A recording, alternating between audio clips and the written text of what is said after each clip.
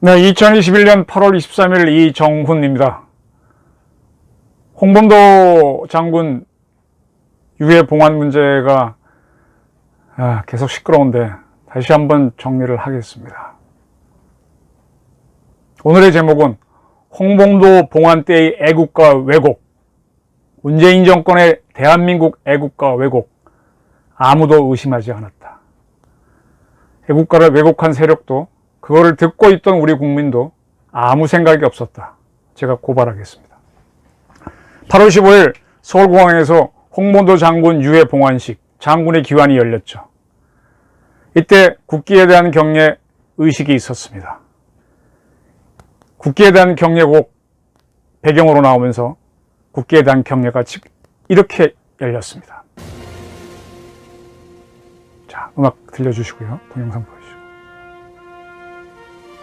네, 여러분 귀에 익숙한 음악이죠? 다 아시죠? 국기에 대한 경례를 할 때 합니다. 근데 이 음악이 나올 때 통상적으로 우리는 국기에 대한 맹세를 합니다. 그죠? 기억하시죠? 근데 국기에 대한 경례를 할 때, 동영상 끝나는 부분부터. 네. 바로 이 음악 많이 들어보셨을 겁니다. 이때 반드시 우리는 국기에 대한 맹세를 함께 합니다. 그런데 홍범도 장군 유해 봉환식에서는 국기에 대한 경례가 있었는데 이 음악이 나오지 않았습니다. 이 음악을 연주하지 않고 애국가를 연주했습니다. 바로 이 장면입니다. 서울공항에 있었던 바로 그 장면입니다. 잠깐 보시죠.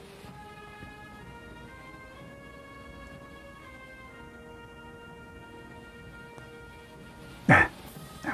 국기에 대한 경례를 할 때 국기에 대한 경례곡을 연주하면서 국기에 대한 맹세를 해야 합니다. 근데 애국가를 연주해도 됩니다. 애국가를 연주할 때는 국기에 대한 맹세를 하지 않습니다. 그 이유는 근거는 뭐냐? 뒤에 설명하겠습니다. 대한민국 국기법 시행령 제4조 1항 때문입니다. 자, 홍범도 장군 유해 봉환식 때는 이런 장면이 있었습니다. 다시 보시죠.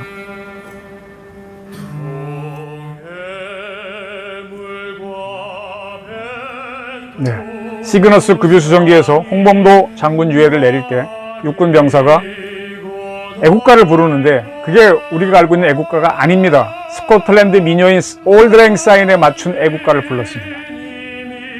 제가 여기서 문제를 제기하는 게 바로 이겁니다. 대한민국 대통령이 참석한 대한민국 행사인데 왜 대한민국의 애국가가 아닌 올드랭 사인 애국가가 불리지? 이 문제에 대해서 대한민국의 주요 언론, 정치인들, 그리고 그 당시엔 저조차도 문제를 제기하지 못했습니다. 지금 보니까 왜 이랬지? 대한민국 대통령 행사 아니야? 뭐야 이거? 의심스러운 겁니다. 자, 올드랭 사인에 맞춰 부르는 애국가가 있었습니다. 이걸 통칭 배제학당 애국가라고 부릅니다. 그러나 배제학당 애국가는 지금 금방 동영상에 나왔던 육군병사 의장병이 부른 애국가와는 가사가 다릅니다. 올드랭 사인 곡조 다 아시죠? 성조신성 500년은 우리 황실이요 산수고려 동반도는 우리 본국일세 무궁화 삼천리 화려강산 조선사람 조선어를 길이 보존하세 이렇게 나가는 겁니다. 2절은 그땐 인구가 적었으니까 2천만 오직 한마음 나라 사랑하여 산홍공상 상하 없이 재직다세 무궁화 삼천 이렇게 나가는 겁니다. 이 배제학당 애국가는 조선이 1897년에 대한제국이 되잖아요. 그 1년 전인 96년 11월 26일 날 배제학당 학생들에 의해서 불렸습니다. 어디에서? 독립문을 세우는 정초식에서 이 노래를 불렀습니다. 기록이 있습니다. 자, 그럼 왜 독립문을 세웠나를 살펴봐야 됩니다. 이 독립문을 세운 데는 사연이 있습니다. 조선이 청의 속국이었다는 것은 두말할 필요가 없겠죠. 다 아시죠? 조선과 청은 병자호란 이후로부터 계속 외교관계를 맺어왔는데 그러한 봉건적인 외교관계를 지금의 조약에 근거한 근대적 외교관계로 바꾼 일이 있었습니다. 1882년, 그러니까 1896년보다 14년 전이죠. 그때 조선과 청은 조선청, 조청, 상민은 장사하는 백섬이죠. 수륙, 그때는 비행기가 없으니까 배를 타거나 육지로 왔다 갔다 하죠. 수륙 무역장정을 체결합니다. 그러면서 정식으로 근대적인 외교관계를 맺습니다. 이 장정 전문에 조선은 청의 속국이라는 표현이 들어가 있습니다. 병자호부터 이혼 속국 관계를 이 장정으로 다시 확인하는 거죠. 근대적 조약을 맺으면서도. 그리고 청은요, 조선은 속국이기 때문에 조약을 맺은 게 아니라 장정을 맺어줍니다. 그건 그때 조선도 알고 맺었고 청도 알고 맺었던 걸로 보입니다. 청은 조선을 속국으로 대한 거죠. 그런데 82년도에 맺고 나서 13년이 지난, 정확하게 하면 12년이 지난 1894년에 청일전쟁을 치릅니다. 여기서 패해갖고 1895년에 이듬해에 시모노세키 강화조약을 맺습니다. 이때 일본의 요구로 시모노세키 조약 제1조에 조선은 독립국이다 라는 문구가 들어갑니다. 네. 일본이 우리를 청으로부터 독립시켜줍니다. 1895년이라 그랬죠. 조약 맺은 게. 바로 그 이듬해 서재필 씨가 이제 우리가 청으로부터 독립을 하자. 일본도 보장해 줬으니까. 라고 하면서 운동을 일으킵니다. 그걸 하기 위해서 만든 조직이 그 유명한 독립협회입니다.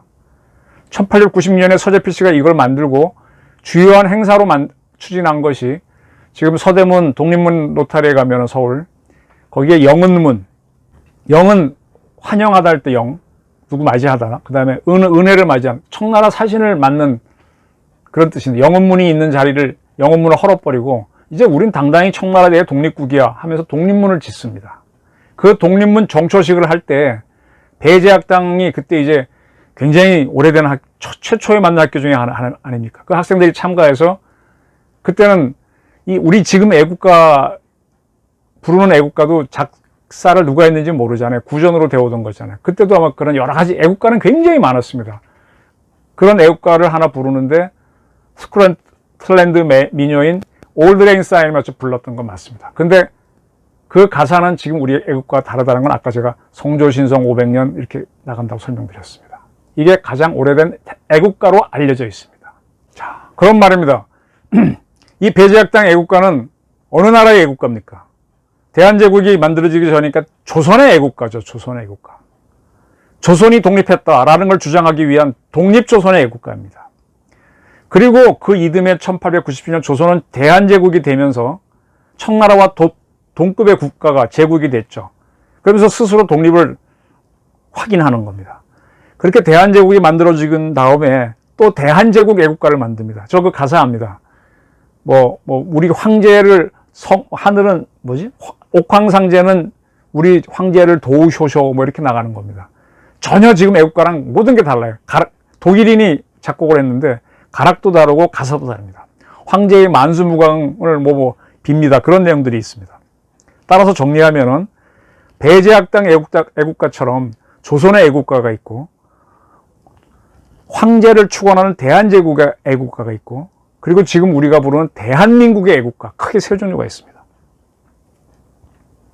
그럼 지금의 대한민국 애국가는 상해 임시정부가 있던 1936년 이 가사는 이미 만들어 전해져 왔고 누가 만든지 정확하게 모르죠. 안익태란 분이 작곡을 해서 만든 애국가입니다. 1948년 수립된 대한민국 정부는 이 안익태 애국가를 국가로 사용했습니다. 이는 상해 대한민국 임시정부의 법통을 이었다는 뜻이죠. 하지만 안익태의 애국가를 국가로 지정한 법률은 없습니다. 에도 불구하고 우리가 안익태 씨의 애국가를 국가로 부르는 이유는 대한민국 국기법 시행령이란 있습니다. 그 4조에 국기에 대한 맹세를 하라는 내용이 있는데 그 1항에 국기에 대한 경례를 할 때는 다음의 맹세문을 낭송하되 애국가를 연주하는 경우는 낭송하지 아니한다 하면서 나는 자랑스러운 태극기 앞에 이렇게 나가는 게 있습니다. 그러니까 아까 제가 애국가를 연주할 때는 국기에 대한 맹세를 하지 않는다. 그리고 애국가를 연주하지 않고 국기에 대한 경례곡을 연주할 때는 맹세문을 낭독한다. 설명드린 게 바로 이겁니다. 네. 바로 이 국기법 시행령 4조에서 애국가를 연주한다고 되어 있기 때문에 안익태 씨의 애국가는 대한민국 국가로 연주되고 있는 겁니다. 법률적 근거는 없지만 바로 이것 때문입니다. 그럼 다시 한번 정리를 하겠습니다. 서재필 선생은 조선을 청으로부터 독립하기 위해서 독립협회를 세웠고 독립운동을 했죠. 그런데 이번에 유해를 송환한 홍범도 선생은 서재필과 다른 독립을 운동합니다. 그보다 후대 사람이기도 하지만 청일전쟁에서 일본이 이겼죠. 그런 일본이 러일전쟁에서 또 이깁니다. 그리고 대한제국으로 변한 우리를 합병합니다. 1910년. 홍범도는 그러한 일제로부터의 독립운동을 합니다. 청으로부터의 독립을 했던 거는 서재필이고 일제로부터 독립운동하게 싸웠던 분이 바로 홍범도입니다. 그래서 홍범도 씨가 이루려고 한 거는 어떤 독립이냐? 일제에 병합된 대한제국이나 그 전에 있었던 조선의 독립이 아니고 새로운 대한민국의 건국을 바라는 그런 독립운동을 했다고 봐야 되죠. 때문에 그가 만들었던 독립군을 다 모아서 만들었던 서일과 함께 만들었던 조직이 대한독립군단입니다. 이때 홍범도 씨가 정말로 대한민국을 정확하게 이해하고 했는지 조금 확인은 어렵지만 어쨌든 대한독립군단을 이끌고 러시아의 스보보든이 자유시로 갑니다. 그렇다면 홍범도의 유해 송환에 맞춰서 불러야 할 거는 조선의 애국가인 올드렌사인에 맞춘 배제학당 애국가, 사실 그것도 아니지만 그걸 부르는 게 아니라 대한민국 군악병은 대한민국 애국가를 불러야죠. 왜 문재인 정권, 문재인 청와대에서 의전을 책임진 탁현민 씨는 이러한 애국가를 부르게 했을까요? 왜 조선의 애국가를 부르게 했을까요? 저는 이게 수상하다는 겁니다. 근데 그걸 보고도, 많은 사람이 보고도 문제 제기를 안 했다는 우리 국민들도 이상하다는 겁니다. 국가의식은 국가 정신이 반영되는 겁니다. 내 철학과 의식을 투영하기 위한 의식을 하는 건데, 마냥 모르고 올드렌사인 애국가를 불렀다면 어리 빠진 의식이고요. 탁현민 씨가 책임자라면 추궁을 해야 되고, 알고도 그랬다면 대한민국에 대한 도전이고 국가 모독입니다. 처벌을 해야 됩니다. 그리고 문재인 정권의 사상이 뭔지 의심을 해봐야 되는 사건이라는 게 저희 주장입니다. 좀 더 유출을 하게 되면 이들은 안익태의 애국가를 부르기 싫었다는 얘기겠죠. 그래서 국기에 대한 경례할 때는 그것만 해버리고 정식으로 부를 때는 올드렌사인 애국가를 부르게 한 거죠. 이는 대한민국 애국가를 부정하겠다는 것인데, 이유는 안익태의 친일 행위, 안익태가 친일을 한 게 뭐냐? 나치 독일에 협조했다는 거죠. 나치 독일이 일본의 동맹국이니까 그렇게 오는 거죠. 그러면 이 정권 사람들은 친일을 한 혐의나 하나만 의혹이 있어도 무조건 그 사람은 부정합니다. 왜 그럴까? 친북 세력이라서 그런 것 같아요. 그거 외에는 달리 해석이 안 됩니다. 또 이런 사실도 있습니다. 3년 전 사건입니다. 조선 때인, 대한제국이 되기 전인 조선 때인 1886년부터 90년 사이 고종의 외교 고문으로 미국인 오원 데니라는 사람이 와서 일을 했습니다. 이때는 아까 말씀드린 대로 조선은 청의 속국으로 있을 때였죠. 조총, 상민, 수륙, 무역 장정을 맺어서 정식 외교관계를, 근대적 외교관계를 텄지만은 정의 속국주의로 있을 때입니다. 때문에 청이 속국이 무슨 외교를 해요. 그러니까 너 외교 고문 필요 없어 가 하고 압력을 넣으니까 데니가 미국으로 돌아갑니다. 그때 고종이 우리 태극기를 선물합니다. 이게 일명 데니 태극기입니다. 이 태극기는 대한민국의 태극기가 아니고 조선의 태극기입니다. 태극기는 여러 개 있어요. 아까 애국가도 여러 개 했듯이 조선의 태극기, 그게 데니 태극기고, 대한제국 시절의 태극기가 또 있습니다. 그리고 상해 임정부터 지금까지 이어진 대한민국의 태극기가 크게 세 종류가 있습니다. 조선의 태극기는 1882년에 우리가 청나라하고 수륙 무역 장정도 맺지만 미국하고 조미 수호 통상 조약도 맺습니다. 미국은 우리한테 조약을 맺자 그랬어요. 장정을 맺자고 안 합니다. 대등하게 비교적 대해줬죠. 그때 처음으로 미국은 자기네 국기가 있으니까 우리도 뭐가 있어야 된다 그래갖고 뭘 태극기 비슷한 걸 만들어서 갖고 갔다는 기록이 있습니다. 그리고 그해 9월 달에 박영호가 일본으로 방문할 때 지금 태극기는 건곤감리 4개인데 그때는 그 건곤감리 그 손괴 2개까지 들어간 그 8개가 그려진 태극기를 있었는데 그걸 4개로 줄인 태극기를 만들어 갖고 박영호가 일본에 갈 때 처음 사용했다 하는 기록이 있습니다. 4개의 태극기가 있다는 게 있죠. 그리고 나서 그 이듬해 83년에 고종이 왕의 명령으로 4개를 그린 태극기를 국기로 제정하는 왕명을 발표합니다. 조선의 태극기죠. 그러면 데니 태극기 바로 여기 해당되는데, 이 데니 태극기를 2018년 제주도에서 국제 관함식을 할 때 올립니다. 그때 테마가 반일이었습니다. 일본 배가 오는 건 좋은데 우길기를 올리지 말라라는 그런 반일 감정을 일으켜서 일본이 안 오죠. 안 오면 안 오면 어느 나라 태극기를 올려야 되겠어요? 가장 중요한 독도함에다가 대니 태극기를 올립니다. 이거 사진 기억나실 겁니다. 제가 기사들 그때도 썼었어요. 왜 대니 태극기를 올리냐는 게 그때 제가 중앙동아에 쓴 기사의 주제였습니다. 왜? 조선은 일제에 합병된, 병합된 나라잖아요. 패배한 나라의 태극기를 왜 올리면서 반일을 올리냐 이거예요. 일본을 항복을 지표는 상해 임시정부와 그리고 생겨난 대한민국 태극기를 올려야지. 그리고 문재인은 누가 뭐래도 대한민국 대통령인데 왜 조선의 태극기를 올리냐 이거예요. 어리 빠졌다고 지적했었어요.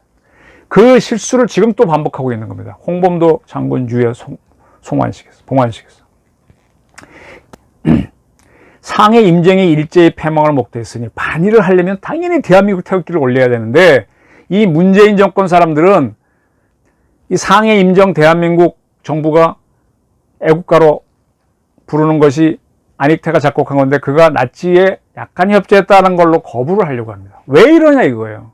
그럼 완벽한 사람이 있느냐는 게 제 질문입니다. 그럼 니들은 뭔데 하고 거꾸로 묻는 겁니다. 홍범도 유해 봉환식에서는 대제약당 애국가를 부르고 반일의 관함식에서는 대니 태극기를 올린 이 문재인 정권은 도대체 무슨 생각을 하고 있느냐, 이게 오늘의 주제라는 얘기입니다. 일제에게 패망한, 일제에게 주권을 포기한 도장을 딱 찍어준 순정의 죄가 안익태의 행위보다 적다는 것이냐, 그래서 조선의 태극기를 올리는 것이냐, 조선의 애국가를 부르게 하는 것이냐 질문입니다. 나라 팔아먹은 자를 그렇게 용서해요? 민족주의를 한다는 것이 문재인 정권인데, 그래서 저는 문재인 정권의 민족주의가 수상하다는 겁니다. 그리고 민족주의란 말이 도대체 누가 번역한 겁니까? 영어로는 내셔널리즘이죠. 네이션이 뭡니까? 국가잖아요. 내셔널리즘은 국가주의라고 그러죠. 민족주의라고 번역해서 이상하게 지금 사람이 하나 헷갈리게 만듭니다. 분명히 대한민국의 태극기와 대한민국의 애국가를 부정하는 세력이 문재인 정권에 있습니다. 그런데 대한민국의 태극기와 애국기를 부정하는 건 북한입니다. 북한도 그렇게 합니다. 그런 면에서는 문재인 정권 세력에 숨어있는 그 세력과 북한은 같은 방향을 갖고 있습니다. 대한민국에서 태극기가 애국기를 부정하는 세력은 한반도기와 아리랑을 선택합니다. 아리랑. 이것은 1991년 일본 찌바에서 제41회 세계 탁구원 선수권 대회가 열렸을 때, 이때는 노태우 정권입니다. 북한이 냉전 종식으로 아주 코너에 몰려있을 때, 그러니까 북한은 우리가 하자는 대로 다 따라오면서 자기네가 안 망할 국리를 찾고 우리가 북한을 공격하지 않도록 막 공작할 때입니다. 이때 바보같이 넘어갔던 게 제가 보기엔 노태우 정권이죠. 뭐 거만하게 북방 정착한다고 하다가 결국은 북한이 핵무장한 기회를 줘버리고 천혜의 최고의 통일 찬스를 놓쳤죠. 이때 북한이 우리가 하자는 대로 응해갖고 남북 단일팀을 만들고 국가 이름도 코리아를 쓰죠. 그리고 국기도 양쪽이 서로 다르니까 한반도기를 쓰고 아리랑을 부르게 합니다. 여기에서 주사파 386들이 착안해서 한반도기하고 아리랑을 쓰면 북한과 하나 될 수 있다고 생각을 합니다. 근데 이러한 행동을 하는 것은 사실은 헌법 위반입니다. 그리고 북한에 이용당하게 된다는 건 그 다음 또 문제가 되고요. 자, 왜 헌법 위반이냐? 신탁 통치를 우리가 거부하고 우리 스스로 나라를 세우겠다 그랬을 때 미국이 그럼 유엔이 결정하게 해서 유엔이 대한민국 정부를 세우라고 허가해 줍니다. 그래서 대한민국 정부를 만드는 작업에 들어가요. 그때 대한민국 정부 수립에 반대한 게 누구예요? 김일성이 있는 북한이죠. 또 남한에서는 누가 반대해요? 박헌영이 이끄는 남로당이었죠. 거기에 동조해서 일으킨 격렬한 무장투쟁이 제주 4.3 사건이고 여수 순천 사건 아닙니까? 대한민국 수립을 반대한 두 세력입니다. 무장투쟁이 벌어졌습니다. 근데 노무현 정권하고, 시작은 김대중 정권이었지만 문재인 정권이 제수 4.3과 여순 사건을 미화합니다. 지금은 다 법이 만들어져서 미화하게 돼 있어요. 광주를 미화한 것보다 더 심각한 게 제주 4.3 사건하고 여순 사건을 미화하는 겁니다. 1980년 광주에서는요, 그래서 태극기가 올라갔었습니다. 그러나 제주 4.3하고 여순 사건은 다릅니다. 대한민국을 부정한 사건입니다. 근데 이걸 미화했어요, 이 정권. 그리고 이 민주당 출마자인 최대호 안양시장은 지난 광복절 때 안양 시내에 몇 곳에 55개의 한반도기를 내걸었습니다. 이러한 사람들이 대한민국을 이끄는 주력이 되어가고 있는 거죠. 문재인 정권 들어와서 한반도기를 태극기보다 우위에 두려는 세력이 폭증합니다. 그게 국제관함식에서 데니 태극기, 홍범도 유해 송환식에서 올드레인 사인 애국가를 부르게 하는 겁니다. 이건 희대의 코미디고 장난이고 해프닝이고 절대로 용서해서는 안 되는, 대한민국 국민이라면, 조선의 신민이라면 하셔도 되지만 이건 용서할 수 없는 겁니다. 그런데 이렇게 대한민국 허물기는 북한도 바라는 바예요. 좋지, 뭐 니들이 스스로 허무는 거 좋지. 안양시장 저도 끄떡없네. 문재인 대통령 끄떡없네. 다 보고 좋아할 겁니다. 대한민국 대통령은 국민으로부터 위임받은 권력을 행사하는 건데, 그렇다면 반드시 헌법을 지켜야 되는데 이런 국가의식에서부터 지키지 않고 있습니다. 큰 문제죠. 그래서 제가 아무도 올드레인 사인 애국가를 부를 때 의심하지 않았다는 것은 큰 문제라고 제기하는 겁니다. 자, 그럼 대한민국은 홍범도를 예우하지 않았느냐, 이 문제를 살펴보겠습니다. 홍범도의 문제점은 제가 지난 시간에 말씀드렸듯이 자유시 참변에서 그가 가담했다 안 했다 그게 중요한 게 아니라, 대한독립군단이 판다미스로 러시아로 갔죠. 거기 가면 거기서 독립운동을 할 수 있다고 갔는데, 갔다가 자유시 참변 걷고 나서 공산 러시아 군, 적군이죠. 그 5군단 산하, 그 밑에 이제 다국적군 부대가 들어오는데 고려혁명군으로 변합니다. 공산 러시아군이 되는 거예요. 여단위급 부대가 되는데 그 부대 책임자가 홍범도가 되는 겁니다. 그 의도했든 안 했든 간에 대한 독립을 위해서 싸워야 할 군대를 공산 러시아군으로 헌납하는 거에 기여했던 게 홍범도입니다. 서인은 그게 잘못됐다고 빠져나와서 자살을 하는데 이분은 끝까지 그걸 하게 됩니다. 그 책임 물어야 되죠. 이 고려혁명군은 나중에 백군하고 싸우다가 소멸돼서 어떻게 언제 아무도 몰라요. 홍범도는 하여간 저항하지 않았습니다. 그리고 그는 또 불행을 당하죠. 1936년인가 7년에 중일전쟁이 일어났을 때 소련이 조선인들을 중앙아시아 뿌릴 때 같이 뿌려주죠. 그러고 특별히 안 봐줍니다.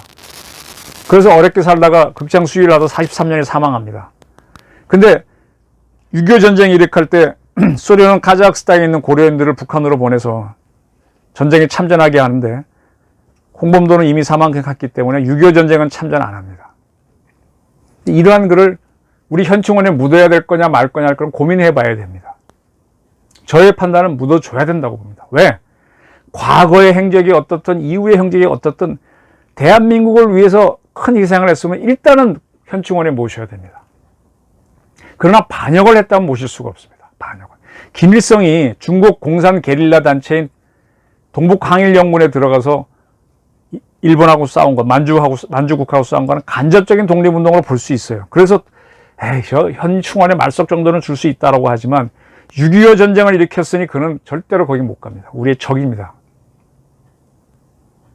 의열단을 만들어서 좌파계의 독립운동을 한 김원봉도 그것만 했다면 국립묘지에 묻힐 수 있습니다. 그런데 그는 해방 이후에, 그리고 그는 광복군에도 참여했죠. 근데 해방 이후에 북한으로 가서 노동상을 했고 6.25 전쟁에 간접 기여하는 북한의 고위 공직자가 됩니다. 그러니까 그런 국립묘지에 모실 수 없고 그렇게 되는 겁니다. 또 비슷한 케이스 말씀드릴까요? 우리나라 해군의 초대 총참모장은 손원일하고 해군은 떳떳이 자랑하는데요.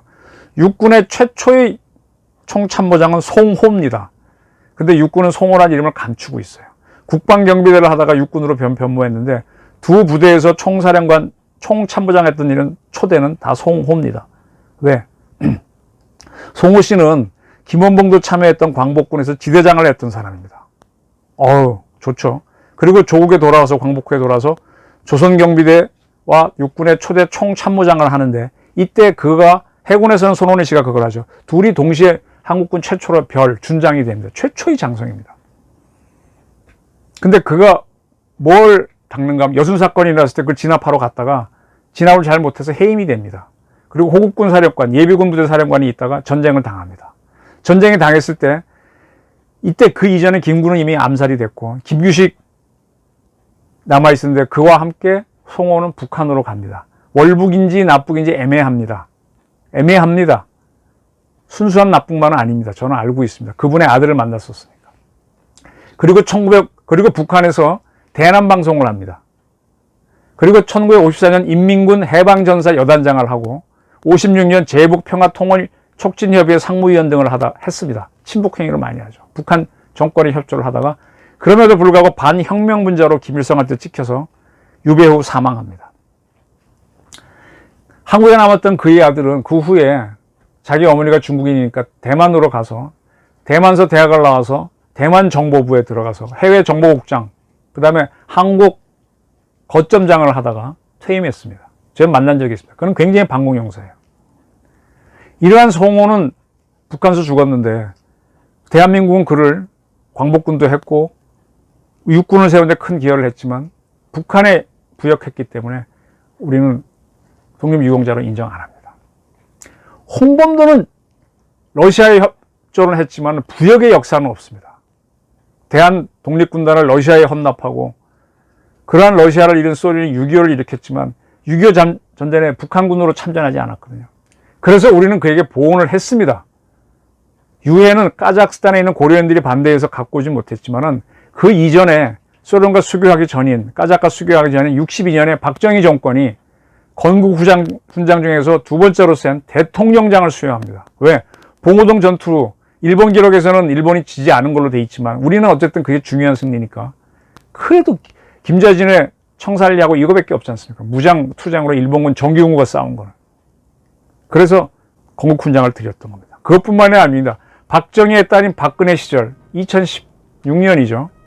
해군이 선원 1급 잔순한 제7번함을 진수하면서 홍범도함으로 명명하는 행사를 가졌습니다. 홍범도는 6.25를 일으킨 소련 편에 선이니까 거부할 수 있지만 우리는 그렇게 하지 않았습니다. 저는 이게 옳았다고 봅니다. 저는 이걸로 홍범도한테 충분한 예우를 했다고 봅니다. 그런데 그의 유해를 상당히 까닭에 많은 노력을 해서 봉환하면서 문재인 대통령은 하나 더 높은 최고죠. 건국훈장 대한민국장을 추수했습니다. 그리고 대한민국 애국가가 아닌 올드랭 사인의 애국가를 부르는 요란을 떨면서 환영을 합니다. 대한민국장, 건국훈장 대한민국장을 받은 사람은 김구, 이승만 뭐 이런 사람, 김좌진 이런 이분들은 대한민국을 배신한 적이 없어요. 같은 급이란 얘기예요. 박정희와 박근혜 정권이 충분히 예우했는데 왜 이렇게 추가를 하면서 생색을 내고 그러면서 애국가를 이상하게 부르냐는 거예요. 너무 지나친 공소는 이해가 아닙니다. 너무 지나친 평가도 올바르지 않습니다. 과공도 비례인데 이렇게 하는 거는 북한과 하나 돼보려고 하는 그런 술수일 수 있습니다. 그래서 올드앤사인 애국가를 부르게 했겠죠. 대한민국 애국가를 안 부르고 그것도 대한민국 군악병으로 하여금. 근데 북한은 이런 올드앤사인 애국가를 불러주면 우리랑 일치가 되는구나 좋아할 것 같죠. 천만의 말씀. 북한도 애국가가 있습니다. 조선 프롤레타리아 동맹인가 카프라고 있었죠. 거기 시인으로 활동했던 박세영이 작사를 하고 김일성 장군 노래 있죠. 제가 한번 부를까요? 제가 장백산 줄기줄기 제가 적기가 아니라 붉은기죠. 전사입이 붉은기는 북한 노래도 제법 압니다. 안 부를게요. 김일성 장군의 노래를 작곡한 김원균이 작곡한 북한 애국가가 있습니다. 북한은 그걸 부르기를 원하고 또 북한의 국기는 태극기가 아닌 인공기가 그 후에 처음엔 태극기 쓰다가 얘네들 인공기 만든 거 있어요.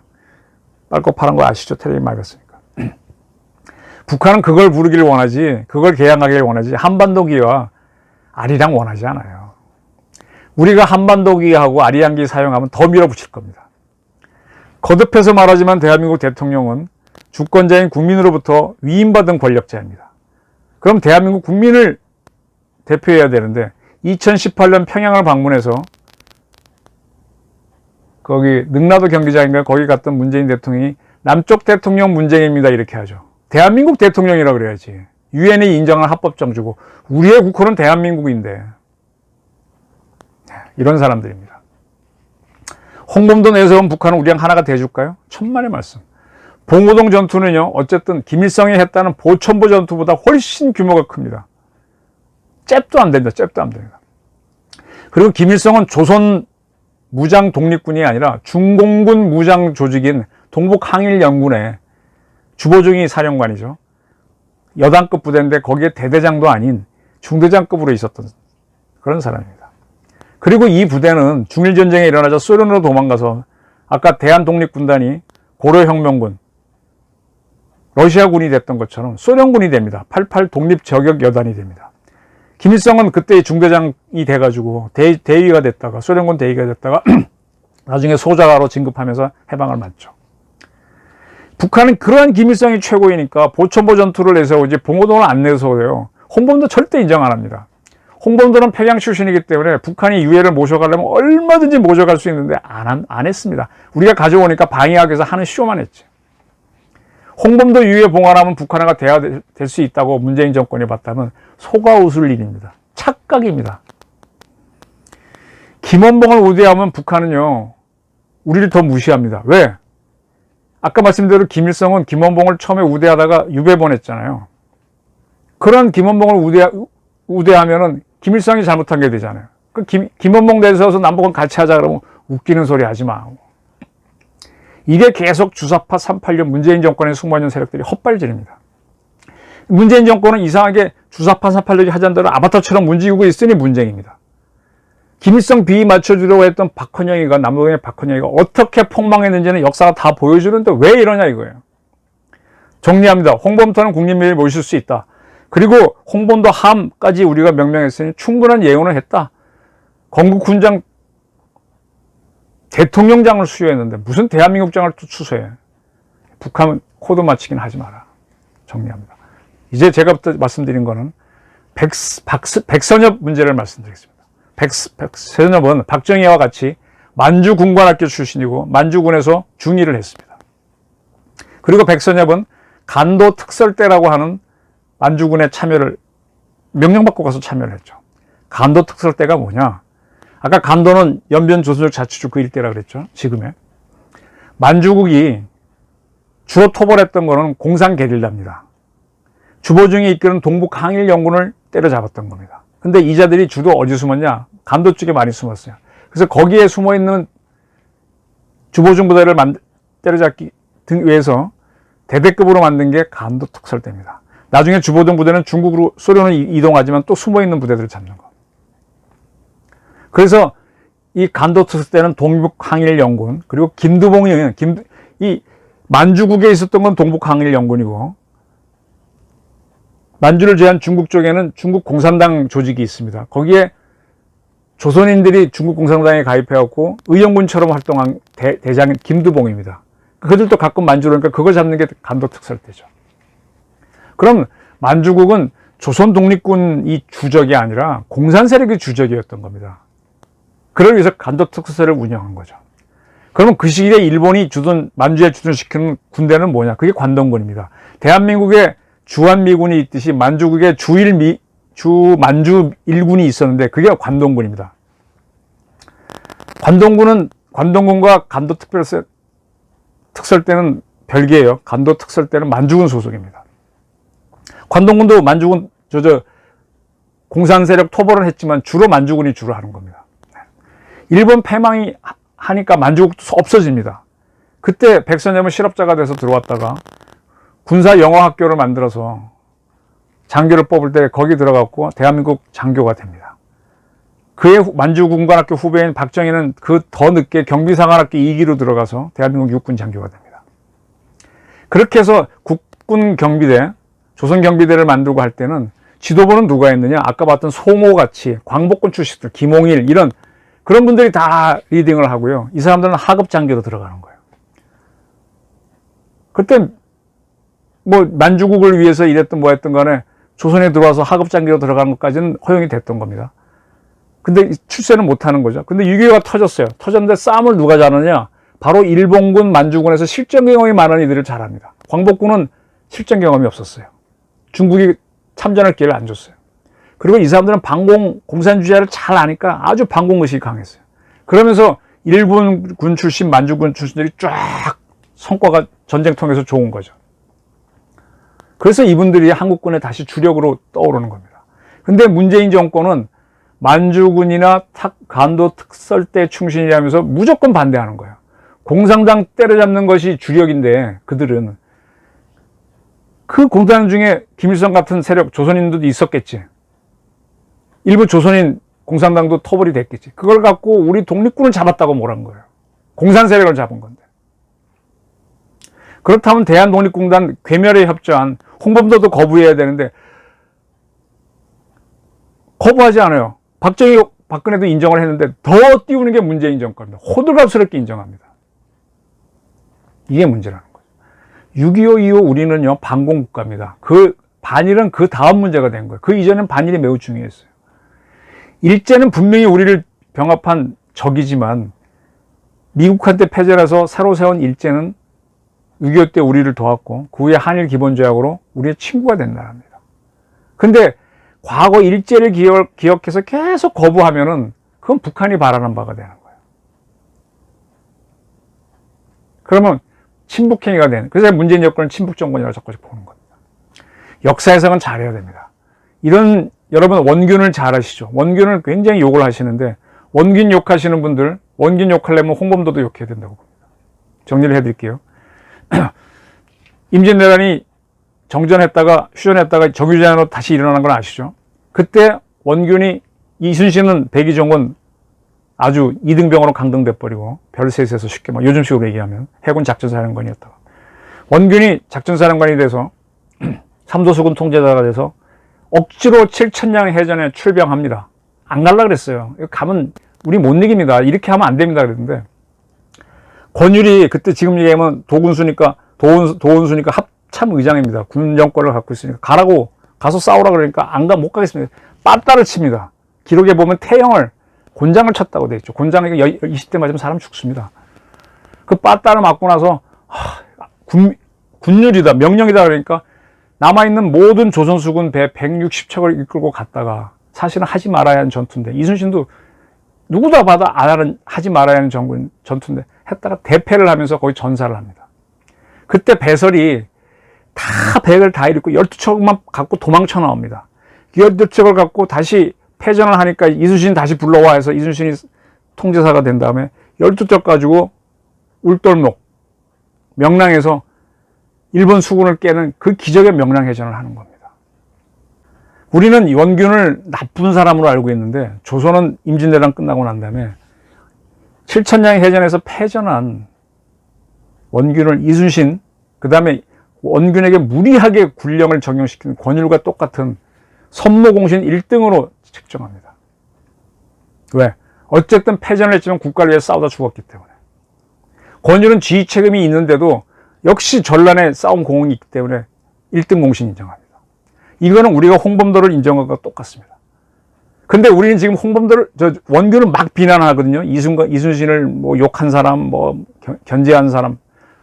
그럼 홍범도도 그 후의 행동 보고 비난을 해야죠. 왜 이렇게 띄우냐 이거예요. 박정희, 박근혜 정권도 상당히 위협을 했고 문재인 정권 더 하냐 이거예요. 예, 정치가 개입되는 겁니다. 원균은 사실은 그의 판단도 옳았는데 이순신하고 경쟁했다는 것 더불어 그 다음에 권율의 무리한 명령을 수용했다는 게 불행이에요. 듣지 말았어야 되는데. 근데 대일항쟁기 때 우리가 일본과 싸워서 이긴 사람 누구냐 해가다 보니까 이순신을 띄우다 보니까 원균은 경쟁자니까 자꾸 나쁜 사람을 모은 거죠. 우리가 봉오동, 그 다음에 청산리 전투를 자꾸 띄우는 것도 우리가 무장병력으로 일본군과 싸워서 그나마 이겼다고 볼 수 있는 그것뿐이에요. 근데 일본군 기록 보게 되면 우리가 징긴 건지 도망간 건지 헷갈린다는 얘기입니다. 헌신한 것은 인정해야 되고 그 후에 조금 능력이 딸렸다는 건 우리가 건너뛰어야 되는 거죠. 근데 지금 우리는 원균은 욕하면서 홍범도는 지나치게 예우하려고 합니다. 이거는 북한 보이기 행사이고 아니면 국뽕으로 국민 도취시키기, 역사 조작입니다. 북한은 이거 쳐다보지도 않을 거예요. 자기는 김일성이 최고니까. 이러한 잘못된 미화는 이념입니다. 이러한 왜곡이 쌓여서 반일 감정을 일으키면 문재인 정권이 정권 재창출엔 도움이 될 겁니다. 그에 반대하는 저 같은 사람은 토착 왜곡으로 몰 수 있겠죠. 얼마나 좋아요. 프레임 딱 씌우게. 그러나 이러한 과정은 반드시 문제를 일으킵니다. 원균과 백선엽, 홍범도를 객관적으로 보고 예우할 것은 예우하되 비판할 건 비판할 수 있어야지. 그걸 하지 않는 외눈박이 문재인 정권이 정말 수상한 겁니다. 그리고 홍범도 봉황시 때 애국가, 올드랜 쌓인 애국가를 아무도 의심하지 않는 게 우리나라가 이상한 겁니다. 안익태의 친나치 프레임 씌우니까 애국가를 부정해도 아무도 얘기 안 합니다. 우리 국민도 나약하고 저주받은 침묵을 하는 것 같습니다. 우리 국민들도 문재인 정권만큼 한심해져 가는 것 같아요. 누가 지금의 대한민국을 만들었는데 그분들이 흠이 있죠. 김구 선생 황해도에서 싸울 때 사람 죽였잖아요.